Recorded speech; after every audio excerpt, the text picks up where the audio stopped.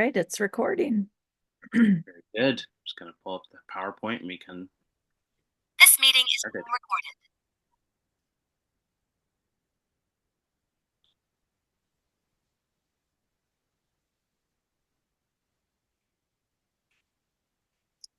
Okay, hello and welcome to Farm Human Resources and Employee Management Part 1.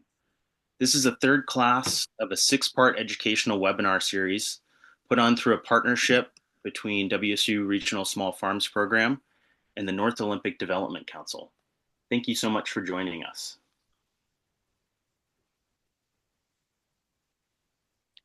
I'm Seth Hunt. I'm the Outreach Coordinator for NODC's Farm and Food Business Development Program. I'm going to briefly introduce myself and our amazing program. Then I'll hand things over to my co-facilitator, Claire Menard from WSU Extension Kitsap. NODC's Farm and Food Business Development Program offers one-on-one technical advising services to farm and food businesses in Jefferson and Clallam counties. These services are provided at no cost from our team of advisors, thanks to a USDA Rural Business Development grant. All client information is kept confidential. If you'd like to know more about the program and see if it might be a fit for your business, please contact me or our program manager, Paul Schiefen, directly. Our contact info will be on the resource document that we'll provide after the class. Okay, now I'd like to introduce my co-facilitator for today, Claire Menard from WSU Extension Kitsap. She's got some housekeeping to go over, and then we'll get going with Emily's wonderful presentation. All right, thank you, Seth. Yeah, my name is Claire Menard. I'm with WSU Kitsap Extension, and my role is the New and Beginning Farmer Education Coordinator. But I also do work with regional small farms as well as statewide programming. And regional small farms, the purpose of it is to bring small farm support to our region through research, advocacy, technical assistance, and education. And I believe that our programming is most effective when we can share resources and knowledge across our three counties. So that's Kitsap, Jefferson, and Clallam. And this class is a great example of that. So usually Kelly Henwood would be teaching this class, but I stepped in for her today. So yeah, I'm happy to be here. And just a few housekeeping things. If you have questions, don't unmute and ask. Instead, put it in the chat, and then our moderators will take care of those questions. And then also, there's two different surveys. One you can take right now, and this is just a simple demographics survey, and it's optional, but I'll throw it in the chat. And then there's also an evaluation that really helps us when people fill it out. So please, if you have the time, fill that out. And yeah, just keep yourselves on mute. And yeah, thank you for being here today. And I'll pass it back to Seth. Sounds great. Thanks, Claire. All right, I'm going to introduce our presenter for today, Emily Asmus from Welcome Table Farm, and then Emily will get rolling with her presentation. Emily Asmus has been a volunteer, intern, apprentice, employee, and farm manager on her way to being the owner and operator of Welcome Table Farm. Now starting its 19th season, Welcome Table Farm grows and sells mixed vegetables, cut flowers, and pastured livestock in Walla Walla. Emily loves the forever shifting puzzle of the farm systems, especially those that involve people. She strives to be a good manager and run a profitable business by creating a workplace that supports others in their desire to farm. And with that, Emily, I will hand things over to you. All right. Hello, everybody. Seth, can you hear me just fine? Awesome. Okay. So, welcome farmers to this workshop. I understand that it's middle of April and there are many other things that you could be doing right now. So we'll try to make this time as useful for you as possible as spring gets rolling, and talk about how to work with employees in the most productive and beneficial arrangements as possible. I have a set of slides that will be going on in the background. Those are there to reference. And please do note questions that you have either in the chat or there will be open question time at the end of the presentation. So I'm sorry, this section doesn't get to be super interactive, but we will get to the interactive component in not too long. So I'm going to share my screen right now.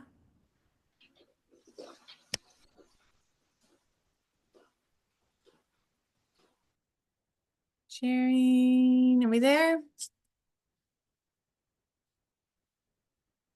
All right.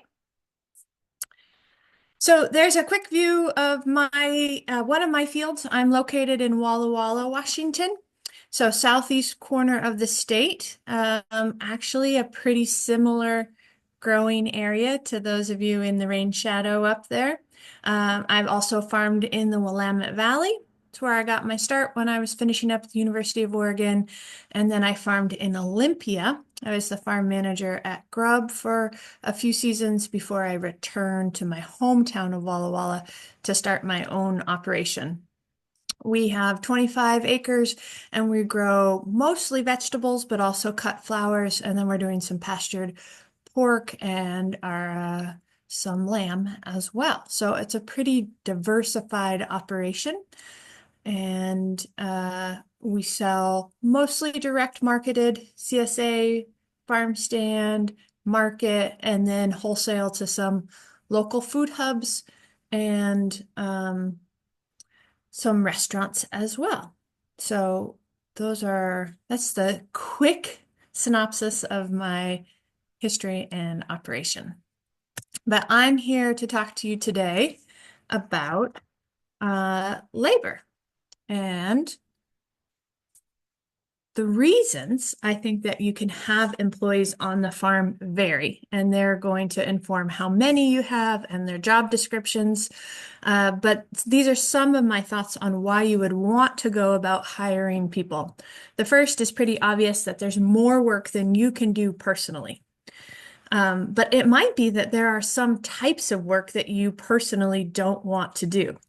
For those of us who've been farming for a long time, that might be some aging conditions, or it might be boredom, or just preferences. Sometimes it's cheaper for you to hire somebody else than for you to do the work yourself. You might have another part-time or full-time job that's actually bringing in more of your revenue. And so having somebody to do work at something closer to minimum wage can make sense to free up your time for some of those more lucrative income opportunities. It's a real valid reason to hire people so that you have company to work with. It can be really lonely to be doing this business all by yourself, day in and day out in a rural setting. I also find that it helps me organize myself when I know that there's somebody showing up at 8 a.m. So I'm out there, I'm ready to go, the task is prepped, rather than me like reading another email or looking at something that I could, do in the future. Having employees keeps me accountable for my own time. Through adding labor, you can grow your business, and it can also free you up to work on the business rather than in the business. You might also have a desire to teach other people how to farm. And the only way that folks can learn to farm is by farming. So it is by employing people, you're actively participating in the generation of the next round of farmers. But I think it's really important to be specific about those job descriptions that you are hiring for. What is it that you need? Are you looking for somebody who already knows how to do something and can bring that skill set to the business? Do you really want somebody who just is there to do the hard tasks? Are you looking specifically for a strong back? You want somebody with marketing skills? And so writing job descriptions for the things that you actually need to do. You also need to design positions to help build the skills. You can't necessarily hire at your specific need, but how can you grow people into those roles? I am a firm believer in using lots of different kinds of people and different types of job descriptions to put together a full employment package for a team. So I have a full-time production manager on my farm. I have a full-time seasonal farm worker, and then I have a bunch of part-time people that might be connected to academic calendars or also just to when we need more people on the farm. There are a few operations that can hold a fairly steady employment um, sort of palette throughout the whole year, but most of the rest of us are on sort of a bell curve where we don't really need anybody in the winter. We want somebody in March, maybe 2 people in May, 3 people in June, 4 people in July, 4 people in August, and then it starts going back down in the end of the season. And so having a different types of people within your employee collection can help meet those changing seasonal needs. If you're thinking about whether you want somebody hourly or salaried, one of the best tips that I've got is that you want somebody there on an hourly position when they are there to work off of the to-do list that you design. If you're thinking about a salaried position, that's a more long-term position in which you want to involve somebody else's brain in holding those tasks and the development of to-do lists for either themselves or for other people. I think it's also really important to think about as an employer who usually lives where they are working, i.e. a farmer, about when do you not want other people on the farm? When do you not want other people near your home? And so designing job descriptions that are temporal in nature too to create the type of space. You want everybody there weekday mornings, or you want to have Mondays off because you are all working markets on Saturdays. Or I know some farmers that have a day where they're partnered, their spouses, and they have a day when there's no other crew on the farm and they just get to work together without supervising other people. So thinking about when you want folks there is important in your job description design. But employing people is probably the biggest expense of your farm. And so some of the other considerations are the costs of additional payroll services, what you're paying into Social Security, Medicare, L&I.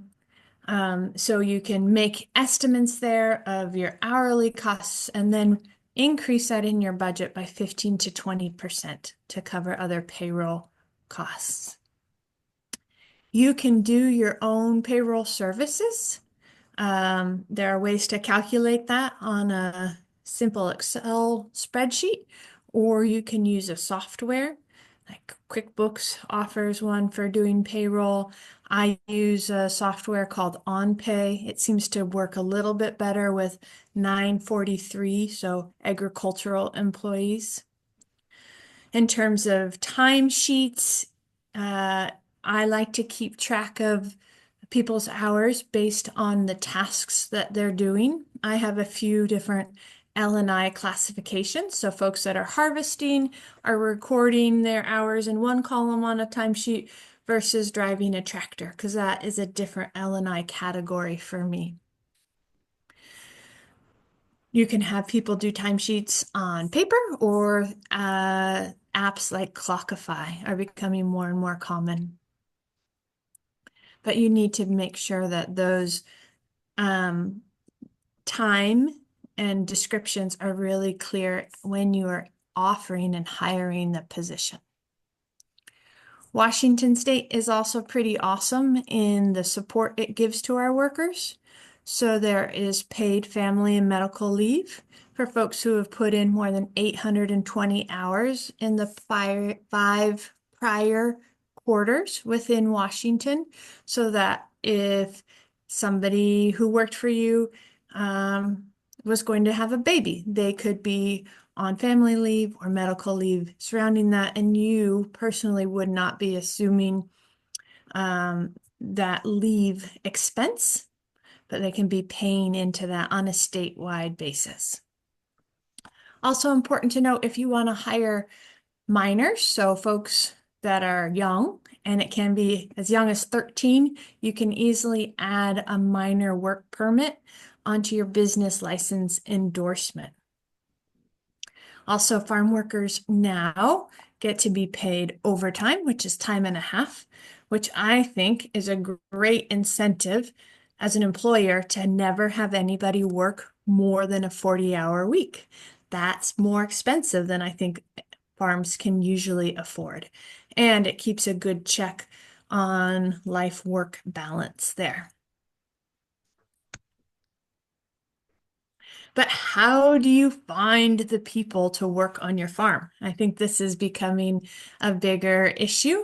I'm certainly getting fewer applicants for positions every year than I was, say, 5, 6 years ago. And I'm hearing that to be the case for farmers throughout Washington state and across the country. There's a little bit of a glamour that has faded from sustainable ag, and also there's, a strong employment scene across the country and state that might be shifting a little bit, but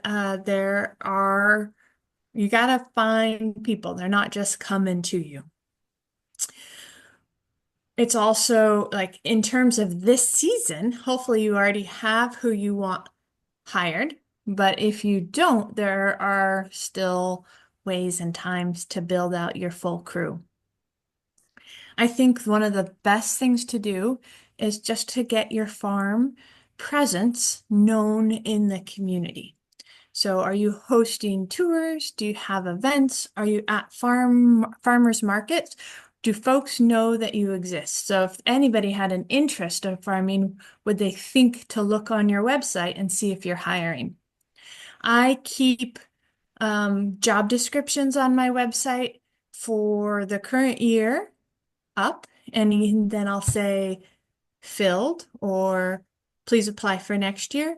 But just to always show that that I am looking to hire locally and how the process is to do that on the website. Other ways to advertise would be, of course, on social media. There are other recruiting platforms, which we can talk more about if folks have interest. And Handshake is another application that is used specifically on college campuses throughout the region as a great place to advertise seasonal either internships or jobs. There is another way to hire temporary agricultural workers through the H-2A program that hires people born outside of the U.S. who are not residents and bring them to work in the U.S. within agriculture, and then they go home at the end of that season. I've not been an H-2A employer myself, but if we have more questions about that program, we can again talk about that in more detail later on. I'm seeing more and more farms that are mid-scale who have maybe 2 or 3 H-2A workers each year. Find that to be a really stable source of income of employees for them. In terms of when I like to post upcoming jobs, I find that having positions advertised October, November, December is the best time for the upcoming year. Those are the months when folks who are thinking ahead are looking for positions.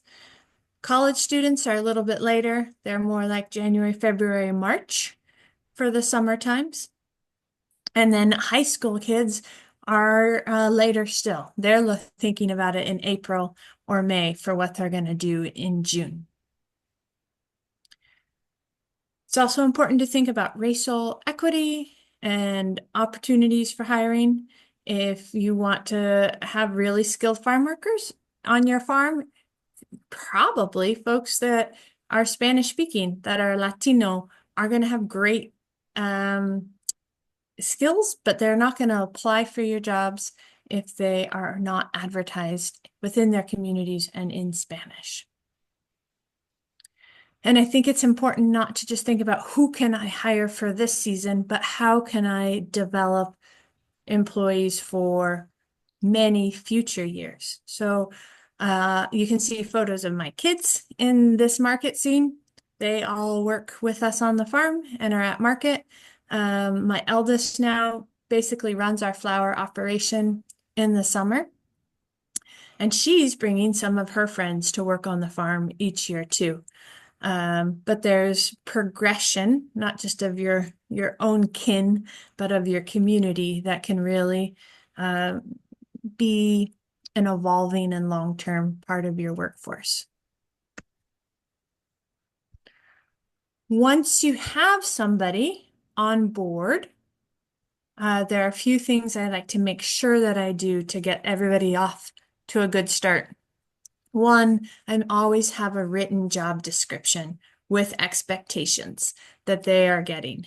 They might know that they're here to be in charge of the greenhouse, but I want it to be written down. I want to know that they've received what time they start, how many hours they can expect in a week, what their responsibilities are, what expectations are about preparedness in terms of attire, sobriety, requesting time off. Those are all delivered in a written form. Make sure they know how to record their hours. Be clear on, are breaks paid? Are lunches paid? Do you want them to record their time worked in 10-minute increments, in quarter-hour blocks? Does it need to be recorded every day? How often are you doing payroll? I also like to give employees sort of a signing bonus, and that depends on how long they're going to be around for and what their position is. But for a full-time seasonal position, I usually start them out with about $200 so that they can come to work prepared with the right shoes, the right gloves, a good pair of pants, and I've made sure that they're going to show up for the first couple of days and see what they need, and then I give them some cash to supplement so that they are comfortable while they're working. Always at the beginning of employment, I make sure that they get a tour and they know where things are and what we call things. Is this hoop house the short house or the long house? There's a lot of specific vernacular used on a farm, and make sure that everybody is briefed in that. I also do a food safety orientation at the beginning as part of my food safety plan, and we go over what that means. Basically, wash your hands, don't pick food with poop on it, all those little specific. And then that's something that they sign that goes into my food safety log. I'm making sure that I'm working with new employees, doing tasks with them so that I'm getting to know them, so that I can see what their skills are, where they see support. I'm never asking anybody to be fast the first time when they do something. It's always about building the skill on the first time. The second time, it's about really making sure that the quality is where we want it. And then on the third time they do a task, that's when I'm looking to help them increase their speed. So exactly how you do something, where you hold the rubber bands, how you're bunching. We're really getting into the speed and how quickly each of those things can be done. And it's after that that I'm then working with them to set time standards and track those. That's something we track on our harvest sheets, is how long certain things take us to do, and then those are initialed. So I can look back and see if folks are doing it about in the same point of time. If somebody's really slower, then that's a chance for me to work with them again and help them speed up. Sometimes, or frequently, I'm doing things on the farm or asking employees to do things on the farm that I've never done before. And so in those situations, I'm really working with each of the workers to help develop the new standards. So I'm asking them to like figure out the quickest way to do something, the best results, and then communicate that back to me. I think that regular check-ins and evaluations is one of the other most important things that I can do to support employees and make them more efficient and productive and happy.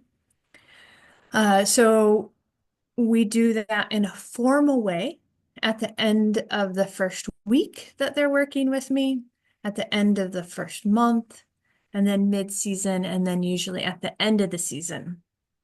And when I say formal, I mean we're actually pulling up chairs and sitting someplace shady and taking time to do a check-in so that they know it's important. If I've done a few of these so they sort of know the drill, then I might be more inclined to do this while we're working together. We might both be at the wash station and doing a check-in, but the first couple ones, I want to make sure that I'm emphasizing the importance of that activity. And in these check-ins, we're doing a few things. Both me as the supervisor and the employee are bringing some prepared thoughts on two things that the employee is doing well and two areas of improvement.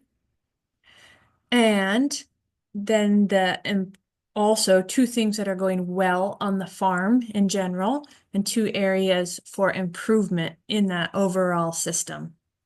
And I'm taking notes so the next time we check in, I can refer back to those. This is a great time for me to make observations.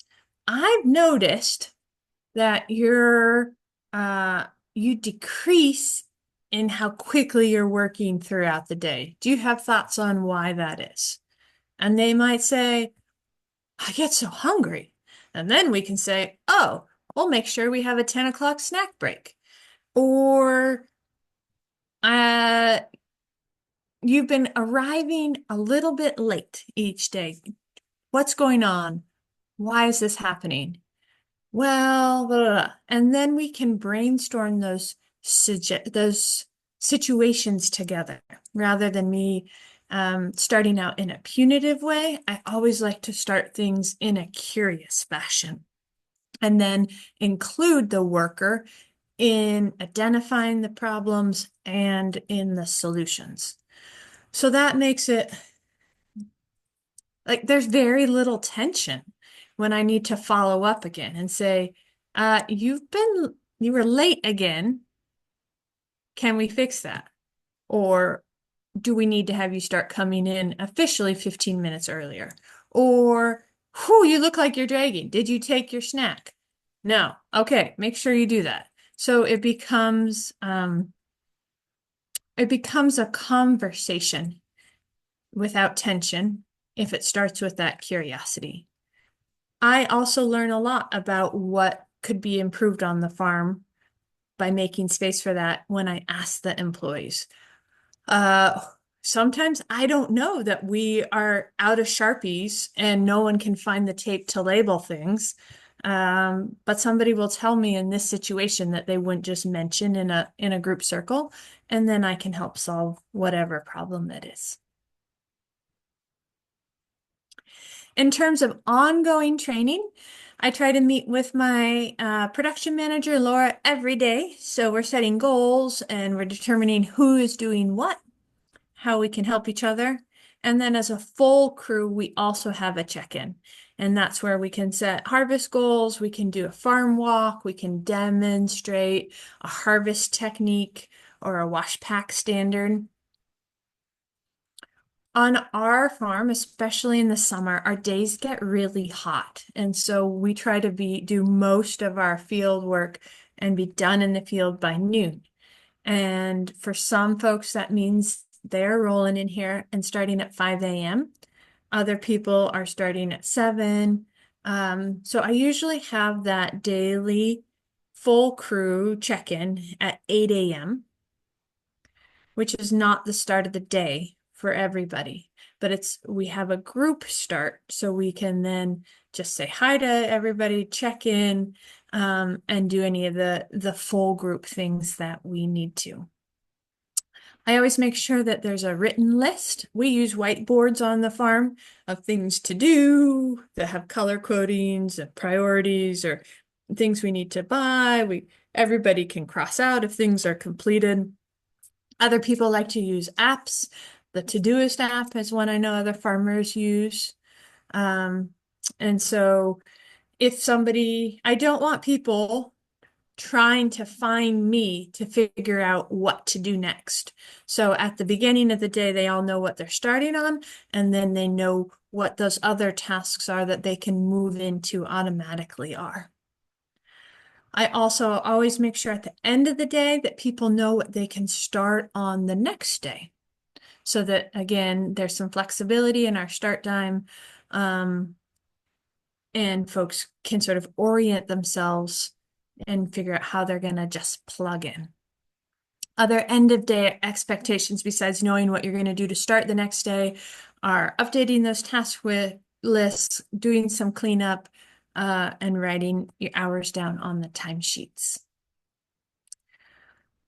I also like to have a sort of an each one teach one mentality. If I've shown somebody how to do something, let's say harvest summer squash, and they have harvest summer squash for 2 weeks, and I want to rotate them out and put somebody else into that task, I make sure that that person is training the new summer squash harvester on how to do it. It sort of cements their own learning, and they are actually the expert on how the sizes or how frequently, because I haven't been harvesting that squash for the last 2 weeks. So everybody who's been doing a task should be able to teach somebody else on how to do that.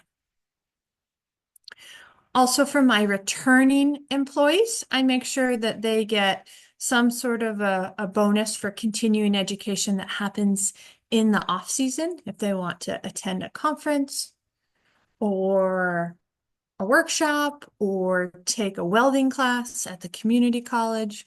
That's part of what benefits me too, is if they're continuing to learn. In general, my mentality is that supported employees give more back to the farm. If they're folks that are happy are going to work harder and they're going to work with more enthusiasm. If I need extra help, they're going to be willing to give it. And so ways that what this looks like can really vary, but it's all about me knowing my employees and what are their strengths and what are their interests, what do they want to be learning about, and helping ways to do that. For some folks, what makes it possible for them to farm and to keep farming is work throughout the whole year. So if I can't provide that, I'm connecting them with somebody else who needs help in the winter. I have another employee who specifically wants time off in the winter so she can go visit family. So I make sure that happens. Do they have a place to live? That is not something that's exempt from my purview. Am I needing to provide housing? Am I needing to connect them to housing locally? Does somebody want to be able to go to a family wedding in July? Well, we should make that happen, because that means when I have a family wedding in August, they're going to be very willing to cover for me. So it's that sort of just modeling that you care and that you're willing to pitch in and support them in their things, in their outer lives that make them showing up at work possible. A couple other examples that come up frequently are medical appointments. Uh, we offer a CSA in trade to all of our full-time employees. So somebody exchanges theirs for monthly massages. Somebody else just needs time to have an online therapy appointment that needs to happen within the work week. So every Tuesday at 2, she disappears to a quiet spot, and we just make sure that that happens. Some of the other ideas that I have for creating that positive workplace culture are just demonstrating that the work is important that they're doing.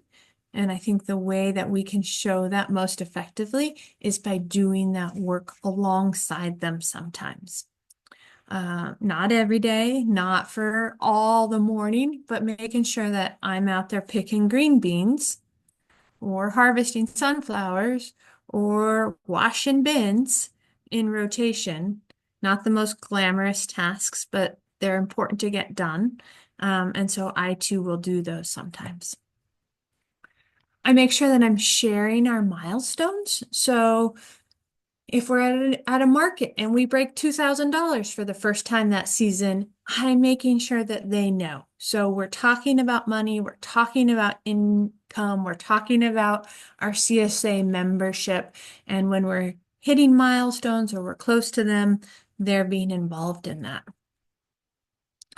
I'm making sure that I'm receptive to worker feedback for improvement. And I'm always trying to give positive feedback. So not just those sort of one-on-one conversations, but the feedback that's positive in front of the whole group. Like, wow, you really made that salad green harvest happen quickly yesterday. Thank you, so and so. And those accolades I'm given in that morning circle every day. Any improvements, I'm doing one-on-one. I also make sure that the culture is positive, that sometimes it's easy to sort of create a joking, ribbing, teasing culture that can turn negative. And I'm making sure that there's not tolerance shown for humor that is pointed. I make it clear that time off will be granted with sufficient notice. And if you're trying to figure out how many employees to hire, I usually say hire one more than you need. And that's the person that will allow you all to take the time off that you want or that comes up unexpectedly. We also do group activities. So once a week, we try to sit down for a meal, have a lunch. We rotate who prepares that, or sometimes I have folks that are coming from off farm and bringing us lunch, and then we just feel like royalty. So we have one CSA member who gets 2 boxes in a week and brings us lunch on Wednesday with that extra box. One of my other workers likes to prepare food, so I pay her and she brings in trays of enchiladas to feed us all and leftovers on a weekly basis. I've had a yoga teacher who is a friend who came and did a class once a week for several seasons. This photo is one at our little ballpark. We all went out to a silly baseball game. So just, yeah, finding ways to have fun together and being generous in the ways that we are wealthy. And usually that's in food, making sure they all have produce, leftovers. If I'm trading for things at market, it's not just my family who's eating that extra good cheese. Everybody gets to pull some of that cheese from the cooler.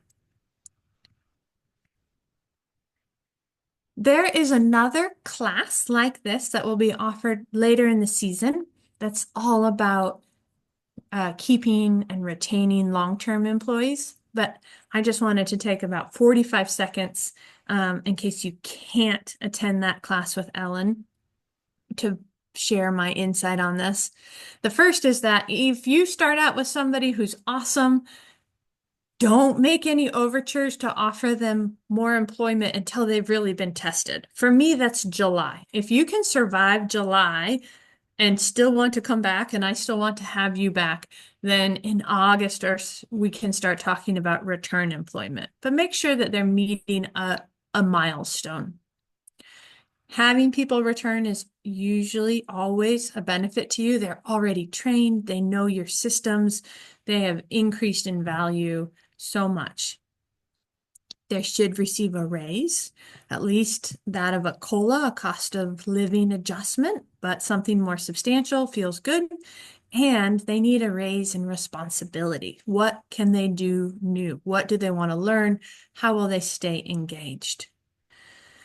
And then trying to think about what it is that will get them to come back. Is it housing? Is it time off?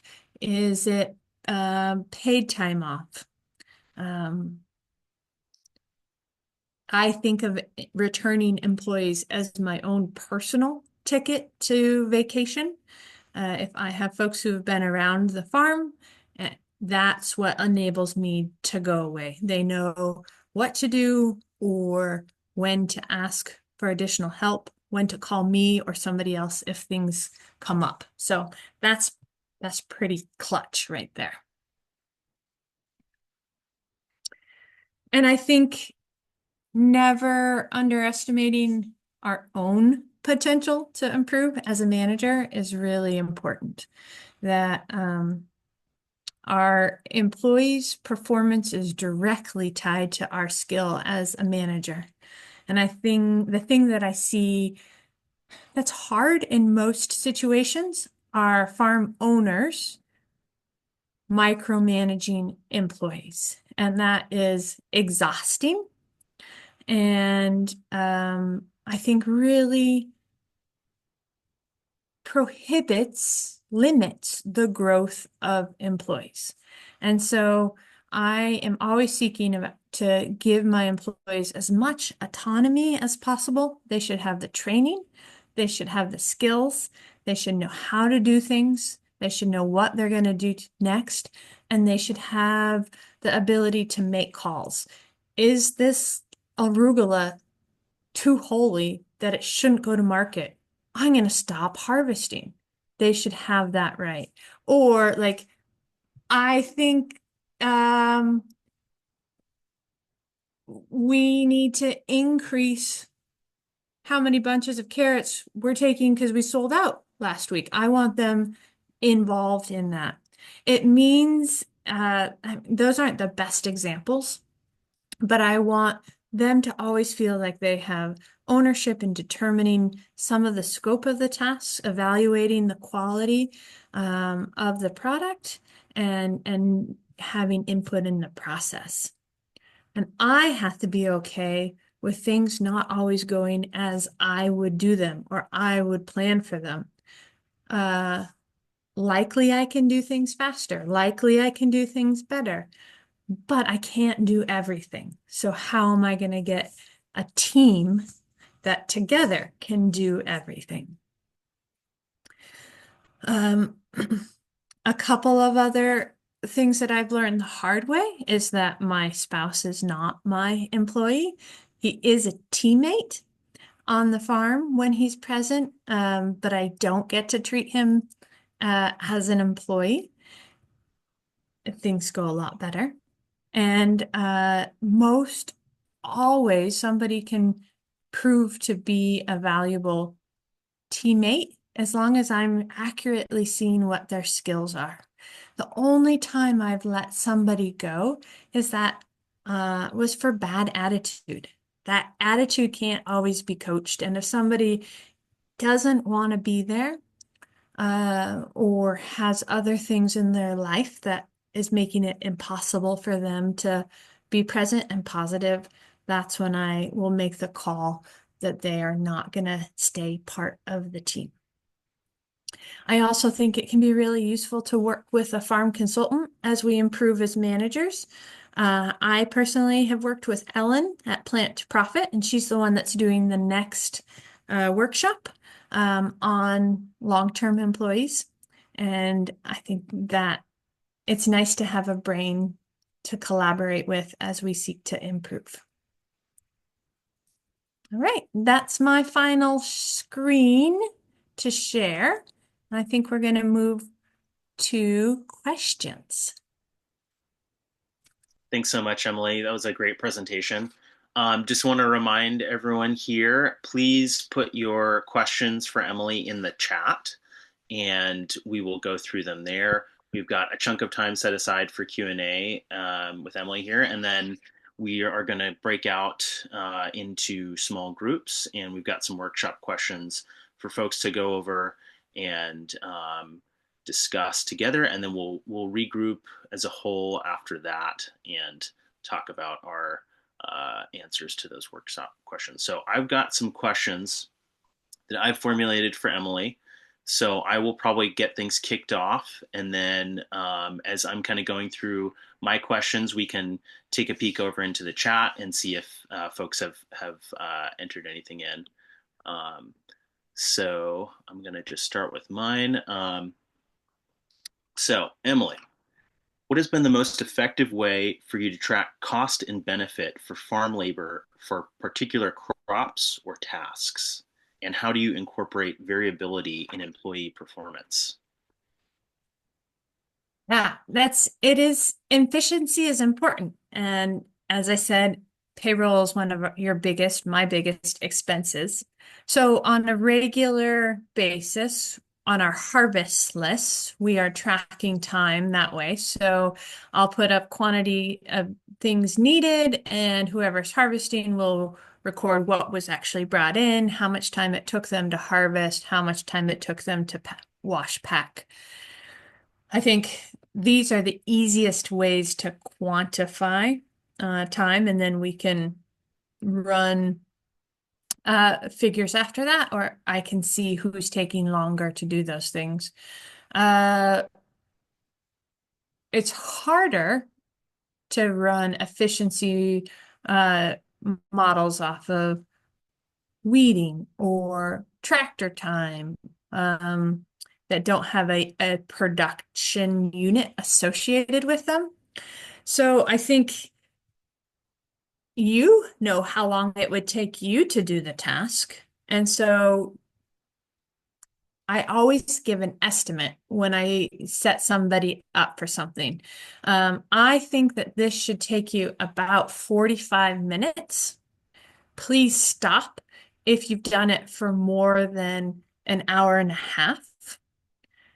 So they have a time to aim for and a time to call it quits, or at least check in with me. And I give them a rating. This should be an A+ job, or this should be a B- job, because I think that's where the confusion and the really refined skill often comes in. And I think people get faster. It's not so much a body thing that's slowing them down, it's a decision-making thing. How much are they having to think about what to do next?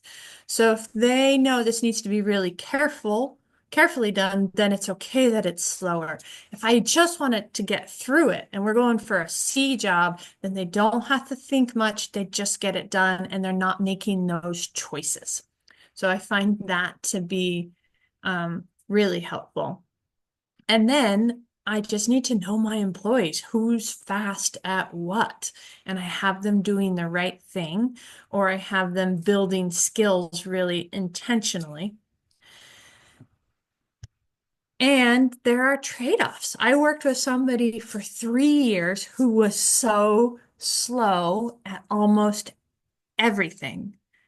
And then one day she got fast and she passed me transplanting. Like it took her 3 seasons to get fast. In the meanwhile, she was earning her keep by being absolutely dependable. She was there every day, always working, great attitude, asked the right questions. So there were other benefits. And then her skills caught up in terms of speed later. So think about not just how fast somebody is, but what else they're contributing, because they're usually going to get faster over time.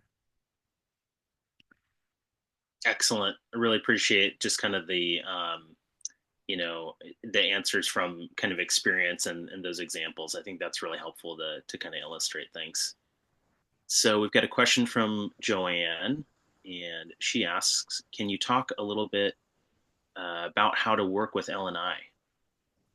As little as possible is the right answer. You're doing it right if you are not talking with them too much. When you're setting up your business, you'll do an initial sort of like conversation. You'll have an account manager. They'll ask, do you have machines? Do you have animals? And they're going to give you these classifications. If you have a claim, that's when the next conversation. So if somebody gets hurt on the job and they need to get care, then they are going to receive a form when they go into the clinic that said, was this work related? And then that will go to L&I and you'll have some follow-up stuff. I definitely encourage people to get care, and sometimes it's easier for me to pay for that care than to have them do a claim. Like if they really just need new wrist, if their arms are bothering them, and I know that a couple of wrist braces will reduce the carpal tunnel syndromes, I'm going to stay ahead of that and make sure I'm buying their braces so we don't get to a claim. So anything you can work out with your employee directly is much more beneficial than going through L&I. But in case of an emergency or something drastic, everybody should be so grateful that we have this open to us and this protection both for our workers and for us as employers. Excellent. We've got a couple more questions in the chat, so I'll probably just kind of roll through those until we've answered them, and then I'll throw out any more if we have time for a couple more of my questions. Next question is, do you do formal employee evaluations, particularly with year-round employees? How do you formulate your standards or questions for the evaluation? Yep, I'm doing it on both seasonal and year-round employees. New employees are getting it more frequently. Returners, I'm doing a mid-season check-in. I'm doing an end-of-season check-in at that time. We're also drafting their return job description. So I would say it's formal in that it's sitting down, it's talking to each other, but the questions are simple. What are two things you're doing well? What are two places for improvement? What are two things that the farm's doing well? What are two places for improvement? And that's just the start of the conversation. They usually go longer. Somebody often cries. There's hugging. But it's not like I'm giving a 1 through 10 response. And then, yeah, so that's the framework that I'm working with. Excellent. Next question. What is your best interview question? One that you get the most out of? I get the most out of meeting somebody in person. I think that there's so much that we can ask online or over the phone, but usually within, 10 minutes of having somebody on site, I have a sense of their energy and whether they're gonna really want to put down or if they or if red flags come up for me. So just that response is key. It's often the little pre-talk that I'll get a lot out of, not so much the where have you farmed or what are your skills, but like, what did you do today before this interview? Like, just to get a sense of their character and their energy. Um, I honestly want to know why they would want to work on the farm. That's the biggest question because I can tell them the pay's not great. They're going to be uncomfortable. It's going to be hot. It's going to be cold. But so why would they want to be here? And if they have interest and a passion, or they have a proven set of skills or something they want to learn, I think it often requires that sort of internal motivation to get something out of farm work. Also, um, somebody said, I like to work outside. I just tried to get a job as a custodian, and I realized I couldn't do that. And so that's a really good indicator for me. Like, I can provide outside. Um, so just trying to make sure there's a match between their interests and what the actual job here is. Um, and I do like to check references. I think that you can learn a lot from who has employed them in the past. It's difficult to say bad things about anybody in terms of giving a reference, but you can tell when somebody is genuine in their praise, if they're effusive, if they say, I wish they could still be working with me, then that's somebody I want to hire. So reading between the lines and looking for high praise. Great. Emily, I'm going to send you a question that came through to me. I just want to make sure that you feel comfortable answering that. So I'll send that directly to you in the chat. You can take a look at that. Okay. Uh, and then maybe just take a quick sec. And if you feel like you want to answer that, you can. Yeah. Otherwise, I'll probably, okay, go ahead. It's a great question. So the question is, does farming at your level support a living without a second job or spousal support? So this isn't specifically about labor and employment, but it very much is. Because I think in terms of farming, one of the aspects of sustainability is, can you afford to keep farming? We full disclosure, have a second income. My husband also runs a tree service, so he's a climbing arborist. And that helps us fill in things seasonally. So he does more tree work in the winter. Winter is his busy season.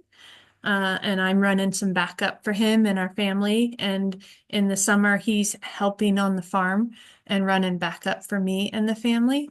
So I would say, we've got 3 kids, we've got aging parents, we've got all of the life things. So between the two of us and those 2 businesses, yes, we are earning a living. We have paid the mortgage off on our farm. We don't have any retirement savings yet. We don't have college savings yet. But we're 20 years in and we're starting to be able to think that way. We've gone the route of having 2 people be self-employed for the flexibility that sort of matches in the time. Other times I see a lot of folks have somebody have an outside job because of the dependability and benefits. We also our whole family is on the state Medicaid program for health insurance. So that gives you an idea of how much income we're showing, but it also is a really awesome benefit that we get better healthcare than a lot of folks that I know who are paying a lot in monthly premiums. So it's a shifting puzzle. But yeah, we're making it. Another question about money that probably comes up is, what are we paying our employees? I like to start out people by not paying them if that's possible. So if I can work with an internship program, and we can do that through a couple different universities that are sponsoring and taking the liability for those interns. And then move them into an employee relationship. I do have some folks that start as work traders. There's a little bit more of a question about liability if you have somebody who's a volunteer. So if I cannot pay somebody while I'm training them, that's key. Then if there's a new paid employee, they're starting just above minimum wage. My my manager, my production manager is getting $21 an hour and on-site housing so that she has the most in benefits. So there's your range between about 17 and 21, which probably with the housing allotment is more like $25 an hour. Excellent. Thank you so much for answering that initial question too. Just appreciate your transparency. I think that's something that we don't always get, in the farming community, and totally understand why some people might not want to answer that question. But just wanted to say thank you for You bet. just your honest answer and all of that. Really appreciate that. Okay, it looks like. Um, do you enroll your interns into the Washington State Farm Intern L&I program? We do not. We that my understanding is that is not available in all counties. So I'm not sure about your 3 counties. Claire, do you have something to add? Yeah, I think it was last year they made it available in all counties across Washington state. There are Oh, stipulations great. for counties for several counties in eastern Washington. But yeah, it's available in all counties. So I think that's a great program and it offers protection. It does require some additional paperwork and having really clear job descriptions. As I said, we work with internships through specific universities. So Whitman College is in our town, and then I also post with Washington State University, and we sometimes get some interns down from Pullman. Excellent. Emily, I sent you another question directly through the chat, so maybe take a look at that and you can let us know if you want to answer that. Otherwise, I've got another question for you. Have I ever figured out what I'm making per hour? No, I have not. Um, I might be. I take owner draws. So I make sure that I am getting some money, every month as an owner draw. My business structure is a sole proprietorship, so that's pretty easy and flexible that way on purpose. Um, so I think what is the biggest factor in limiting me making that calculation is me actually recording how much I work. How many of you like to keep timesheets on yourself and, write it down when you're there in the evening or you're in the morning or, the time flexibility is one of the perks of the job. It's also one of the hard parts when your work surrounds you at all time. So there's a lot of time accounting that I don't do. I would say that I'm good at taking time off, but only when I leave the farm. I can't like have a staycation. That's impossible. But I do make sure that we go away each season. So winter, spring, summer, fall, there's some break where we are away from the farm. That's really important. Um, I also think that there are lots of ways to calculate what I make that are not financial. I'm not putting a value on the food that I'm eating or the flowers in my house. There are also benefits of business where, the car insurance is a business expense, but it has some personal use. Things get blurry that way that can be advantageous personally as well as business wise. Um, so no, I can't give you a good number. I can tell you what I put in an owner draw, but not on an hourly basis. Excellent. Um, so I've got another one for you. How have you identified when and how it's financially safe, relatively speaking, to hire an additional employee to your farm staff? Hmm.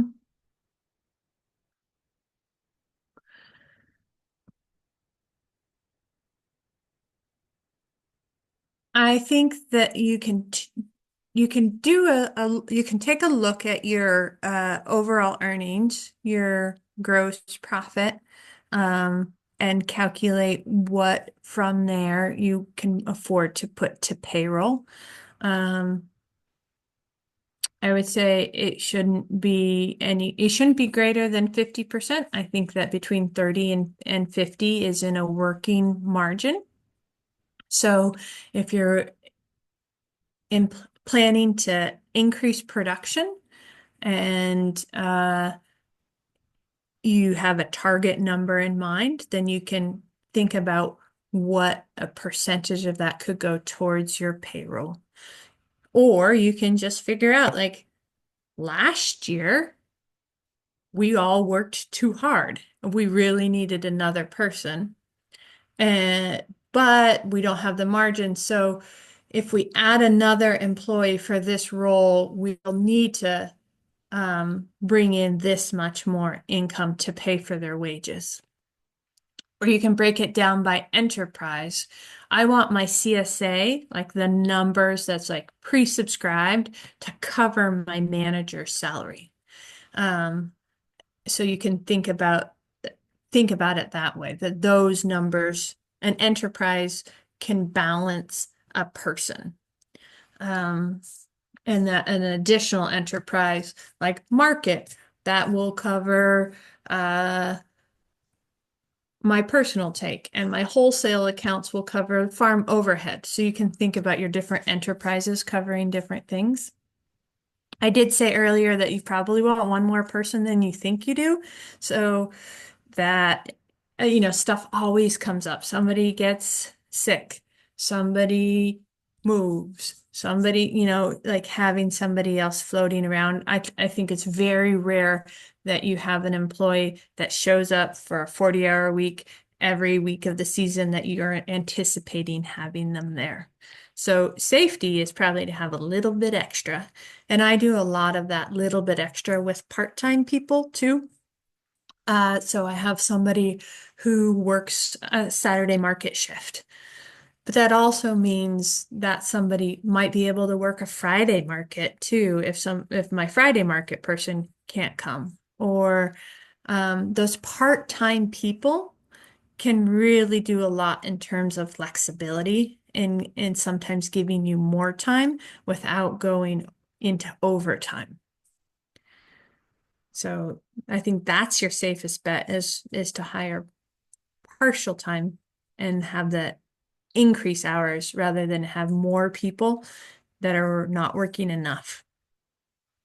Another thing that we have done when it's not quite worth hiring for a full position, because when you're understaffed, you just get a little bit more behind every day, as we'll do crew shares with another farm. So we've gotten a little bit behind every day.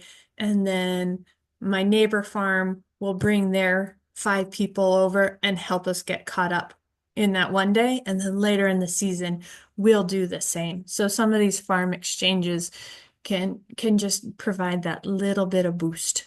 Or letting somebody know, like if you have another cooperative farm, because sometimes somebody's really overstaffed and it's a stress for them trying to think about what to do to keep everybody busy. So just saying, if you ever have an extra 4 hours, I'd love to have your crew here. And sometimes you could pay those people cash, which is a little bit risky, or they could be under that other farm's umbrella and you can just sort of reimburse them. And then they'll go through the other farm's payroll. Excellent. I think we're just at about time for the Q&A. There are a few more questions in the chat. Emily, if you want, you could maybe respond to those directly.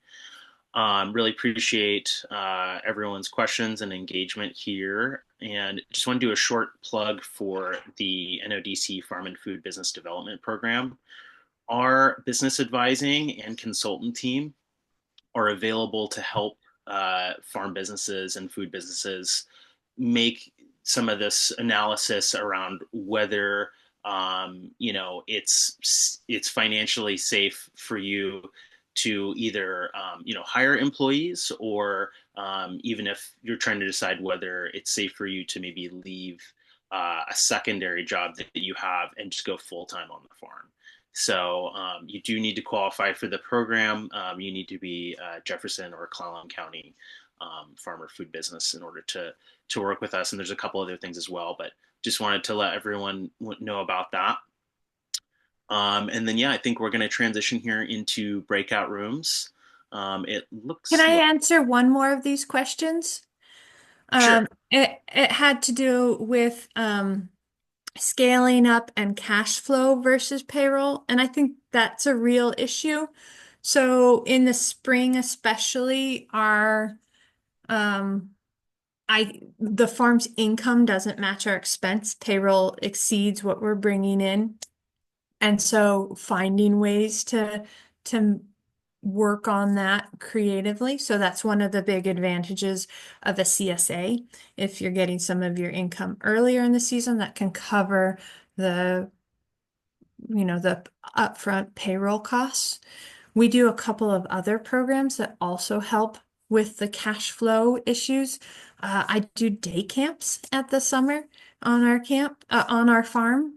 And so families are enrolling their kids in February and paying the tuition in February. And so that is also part of what gets me through my payroll in specifically April and May. Our markets start up in May.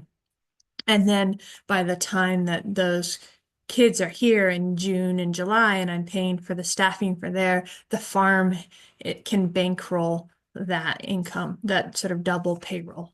So yeah, cash flow is a real issue with the agricultural season. excellent. Yeah, great question answer. And yeah, just appreciate just all your thorough answers here, Emily.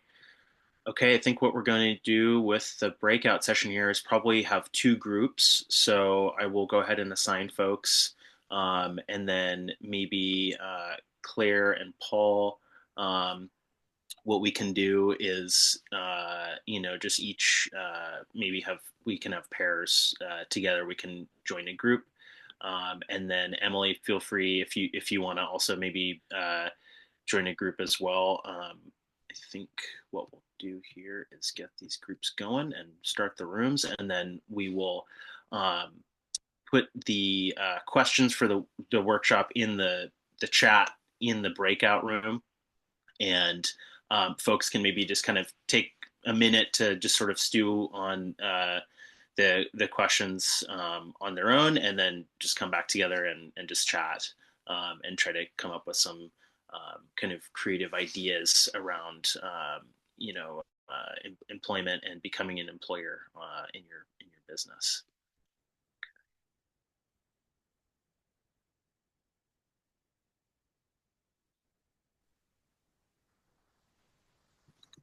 Excellent. Okay. Thank you so much, everyone, for just generating discussion in the groups. And let's start with group one. Julia, do you want to discuss some of the key takeaways from group one? And then after you're done with that, maybe take, about 5 minutes to do that. And then the elected person from group two can discuss their key takeaways. And just a reminder to everyone, please mute your microphone if you are not speaking. Thank you. Yeah. So we sort of mostly talked about either the barriers to just getting an employee or employees on the farm, and also just the retaining of those employees. And um, a lot of it centered around being able to, well, not a lot. One of the through lines was being able to pay somebody enough, an appropriate amount to do the work. Um, and then continuing on, like when you realize that you're only being paid so much, then people and working so hard, uh, uh, there are a fair amount of people who decide to not continue on to do that, to continue doing that kind of um, low wage, hard labor.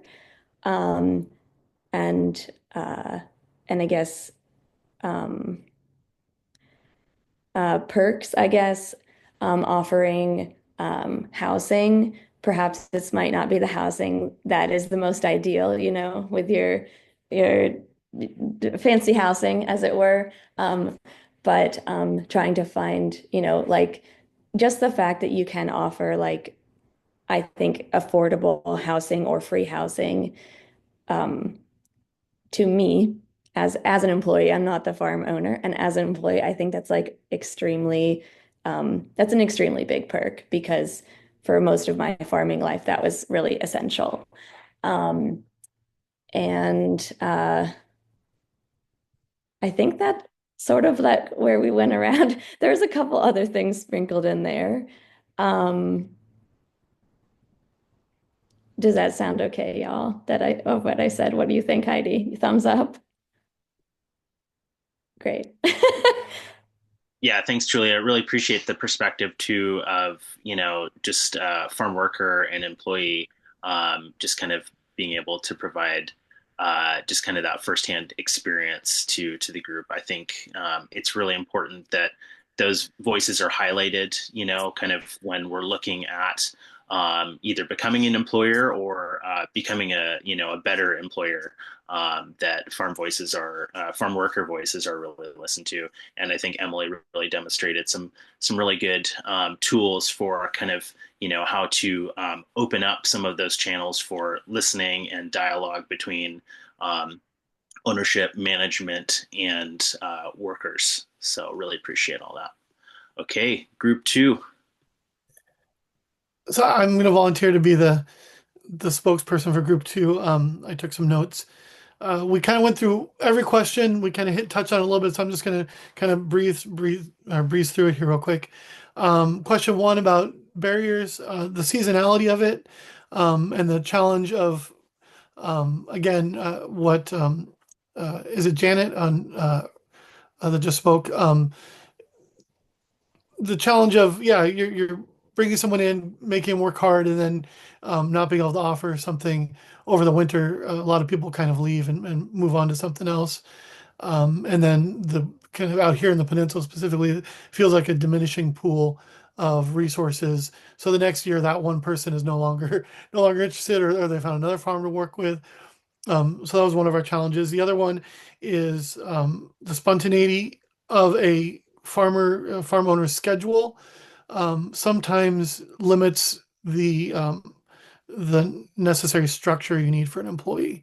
That was something that we found was a challenge. Also, housing and then benefits. If you're not, if you're not able to offer housing or benefits, then that is a challenge to keep someone. Number two, we talked a little bit about platforms. Most of us that have had success, Instagram and Facebook, as well as our email, has been our most successful. One of our members was trying Handshake, but they haven't seen too many results yet. It's kind of a new venture for them. And then some of our members got their internships back years ago through Atra and networking. Those were some platforms that were used. Number four, or number three, about perks. We talked about again access to veggies, to flowers, to fruit, to things to the seeds, things that you're growing on the farm is a perk. Flexibility in hours and is a huge perk. One of our group members offers a retention bonus, meaning if they commit to a employment, let's say May to September, then they'll receive a bonus after that work. So it's a good way to retain someone because they're looking for that bonus. And then number four, clean restrooms across the board was or just access to restrooms that are close by was a huge perk, huge way to make employees feel more comfortable. Space couple of us do agritourism and have people on the farm.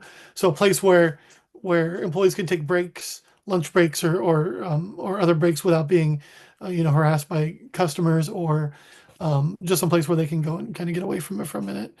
Um, and inclusiveness. One of our members mentioned that they go out of their way to make sure that the entire staff feels like they can be together if they want, or not ridiculed for just wanting to spend time on their own during breaks and lunches and whatnot. And then regarding to the written statement of manager's pledge, they do a written handbook, outlines the mission and the ethics and the employee expectations. So it really helps kind of set expectations so an employee understands what's wanted of them, and also gives them an overall kind of value idea about what the business is, and ultimately that makes them feel a little more stable and comfortable. I think that was it. Excellent. I think there's a lot of good perspective there, and just kind of hearing about some of the trial and error too with the apps and whatnot, I think is helpful. So a lot of good info there. Thank you all. Okay, I think we're gonna move into kind of wrapping things up here. I'm gonna talk a little bit about part two of this class, and then also let you know about some resources, and Claire is also going to be putting evaluation link for you in the chat. So please do go ahead and open that when we're done here, and just give us an evaluation of your experience with the class. Okay, so the next part two of this class is titled Advanced Labor Topics. Session 2, Employee Retention on the Farm, and it's going to be presented by Ellen Polishuk.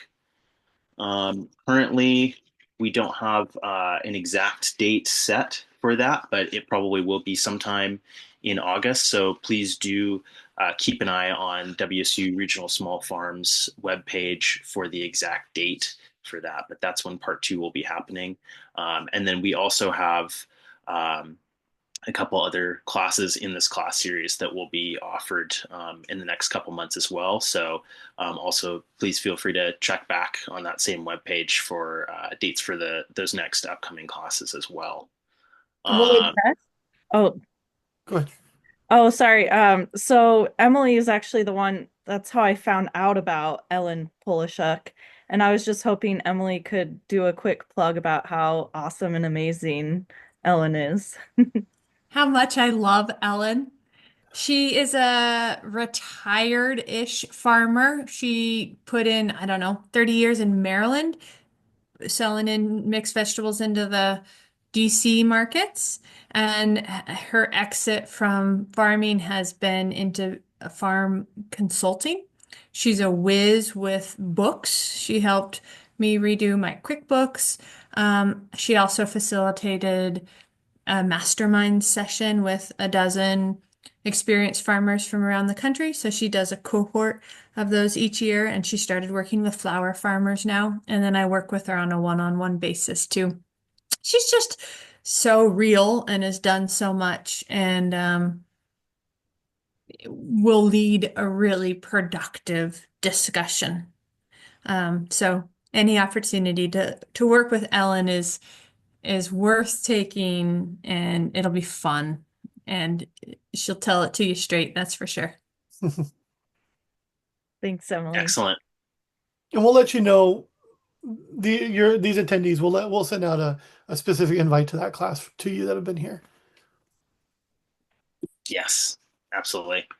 Yeah, and feel like Emily just kind of giving that promotion and stuff too is just a really good reminder. If you feel like you did benefit from taking this class or other classes that we offer, please do tell friends in the farming community or in the food community about where to find us. We really do want to try to grow this community as much as we can and spread the word. So just having that kind of experiential firsthand promotion, I think goes a long way. So thanks for that, Emily. I'm going to read just a brief description on that part two class, so that you all just kind of have an idea of what that's going to be. What does it take to keep great employees year after year? In this advanced session, we'll dive into the heart of employee retention on the farm, going beyond wages to explore real opportunities for growth, leadership, and belonging. This class will take place in August, and the exact date will be announced shortly. Okay, so I am going to just really quick share some of our resource list. This will be sent out to attendees, but just want to make sure that everybody sees it. I think there's some really good stuff on here. We've got the NODC website and our Facebook. Those are good places to find us. And then me and Paul's email addresses. And then WSU Regional Small Farms YouTube page. This class will be reposted on YouTube, and you can relive it and come back to it and keep harvesting new knowledge from it if you would like, and or you can share it with friends as well. So that's a good place to kind of come back to some of this information, and you can also find other videos from previous classes as well. And then we've got our other resources here. So we didn't really get into internships and stuff like that, but there's some good resources here for that. Not Our Farm is a really great organization. They're publishing guidebooks that kind of center farm worker voices, and just provide just kind of some really good information for farmers who are maybe already employers or are looking to become employers. Just kind of highlight some of the needs that farm workers have on farms that I think it's not always easy to get honest feedback from employees and stuff. So this is just a good place to go where it's just totally employee and farm worker centered. And then there's Rogue Farm Corps. They are an Oregon-based organization that has built this kind of apprenticeship program for farms. It's for Oregon-based farms, but I feel like it's a really good template for any other farmers really throughout the country to just kind of look at maybe what kind of best practices and good standards around having an apprenticeship program are. And there are plenty of testimonies from people who have gone through this program and said that they really appreciated it, and they were able to get a lot out of it, and it was a mutually beneficial experience for both farm and apprentice. And there's also a Growing for Market podcast interview with a couple of the folks from Rogue Farm Corps, just kind of talking about that organization as well, that I think is really insightful. And then I've also posted this book, Fresh Fruit, Broken Bodies, Migrant Farm Workers in the United States. Incredible book. I really think that, really anyone who is a farm employer should read this book. Trigger warning for, Latinx folks. There is, just kind of a lot of information around, some of the hardships that migrant farm workers face, but really insightful. I think it's a great book, and highlights just a lot of the, I think barriers that migrant farm workers face in the U.S. With that, I think we are going to conclude for the class. Thank you all so much for joining us here. Thank you, Emily Asmus from Welcome Table Farm, for a great presentation. And we look forward to hopefully seeing you all again at a future class. Thank you so much, Emily. That was fun, folks. Good luck. And thanks for all attending. Thanks so much, everyone. Have a great day. All right. Thank you. Bye.